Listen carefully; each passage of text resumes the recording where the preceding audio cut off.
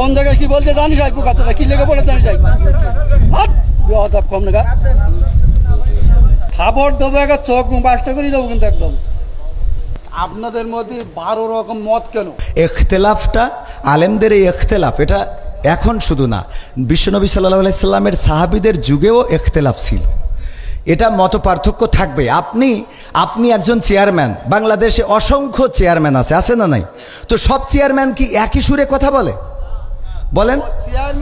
ইসলামের মধ্যে ভেদাভেদ হবে কেন চেয়ারম্যানই করে এক জিনিস আর ইসলাম এক জিনিস লোক আছে আপনি সঠিকভাবে উত্তর সঠিকটা আপনি তো উত্তরের আগেই তো বগর করতেছেন আমার উত্তরটা দিতেই দেন আমার কথা তো বলতে দেবেন তা বলতে না দিলে আমি কি করে বুঝাবো ফালতু কথা বলি দেন বলো খবরদার ল্যাঙ্গুয়েজ সোজা করেন না সোজা করে দেবো কিন্তু একদম বলো ল্যাঙ্গুয়েজ সোজা করে বলেন আমি বলছি আমার কথা তো বলতে দেবেন ল্যাঙ্গুয়েজ সোজা করে দেবো কিন্তু একদম বিয়াদব লোক কম নাগাদ ভগর করতে আমি খাবার দেবো একটা চোখ বাসটা করে দেবো কিন্তু একদম কোন জায়গায় কি বলতে জানি যাই পোকাতে কি লেগে পড়ে জানি যাই হাত কম না একদম বাস্ত করে দেবো চোখ একদম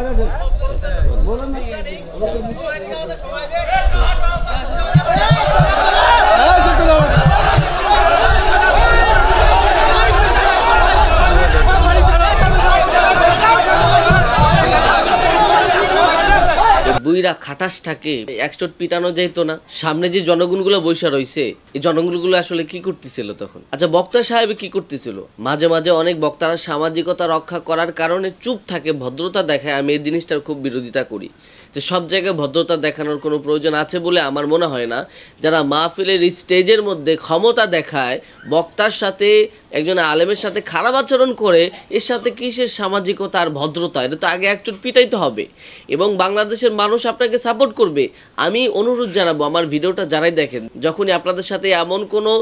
আচরণ কেউ করবে সাথে সাথে স্টেজে তাকে মারধর শুরু করে দিবেন আপনাকে জেলখানায় নিয়ে যাবে আমরা আন্দোলন করে আপনাকে জেলখানা থেকে বের করব এরকম যারা এখনো কোরআনের মাঠে বাধা বিপত্তি সৃষ্টি করে অভদ্র বেয়াদব এবং জানোয়ার এই টাইপের লোকদেরকে এইভাবেই শায়েস্তা করতে হবে এদেরকে যেখানেই পাবেন জোতাপিটা করবেন এবং এদেরকে শায়েস্তা করতে হবে এবং বাংলাদেশ বিশেষ করে আলেম ওলামা যারা মাহফিলের মধ্যে কথা বলেন যেই হোক সে জামাতের লোক বিএনপির লোক যে কোনো রাজনৈতিক দলের লোক হোক তাকে কোনোভাবেই ছাড় দিবেন না বাংলাদেশে এখনো আমরা মুসলমানরা বেঁচে আছি বাংলাদেশে আলেমদের বিরুদ্ধে আলেমদের সাথে খারাপ আচরণ করে কেউ বেঁচে যাবে আর আলেমদেরকে অন্যায়ভাবে জেলখানায় নিয়ে যাবে আমরা চুপ করে থাকবো সেই দিন কিন্তু এখন আর নাই এটা কিন্তু বুঝতে হবে সুতরাং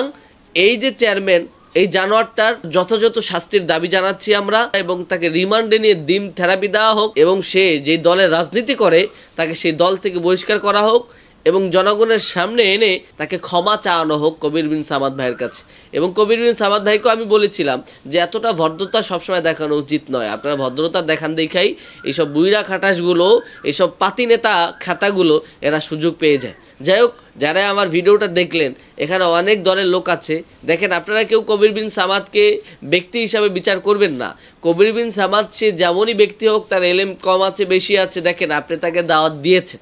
দাওয়াত দেওয়ার পরে তাকে আপনি অপমান করবেন বেইজ্জতি করবেন এটা কোনোভাবে উচিত নয় আপনি তো তাকে বুঝে শুনেই দাওয়াত দিয়েছেন এখন সে